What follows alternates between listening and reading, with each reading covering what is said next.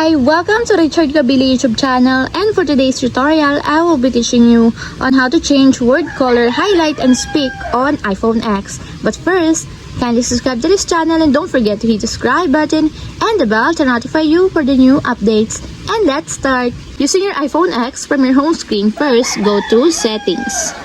Then in the Settings, scroll down and find the Accessibility and then tap. Then in the Accessibility, go to Vision section and then tap the Spoken Content.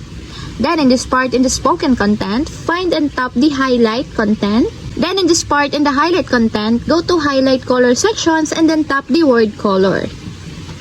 Then in this part in the Word Color, you can now select or choose the word highlight colors that you want. For example, you want to change it to blue. Just tap it until there's a check mark on the side, just like this.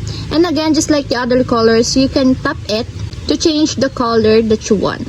And if you want to change it back to your default word color, just tap the default and there's a check mark on the side. And that's it, we have successfully changed word color, highlight, and speak on iPhone X. If you have a question, kindly comment down below and don't forget to hit the subscribe button and the bell to notify you for the new updates.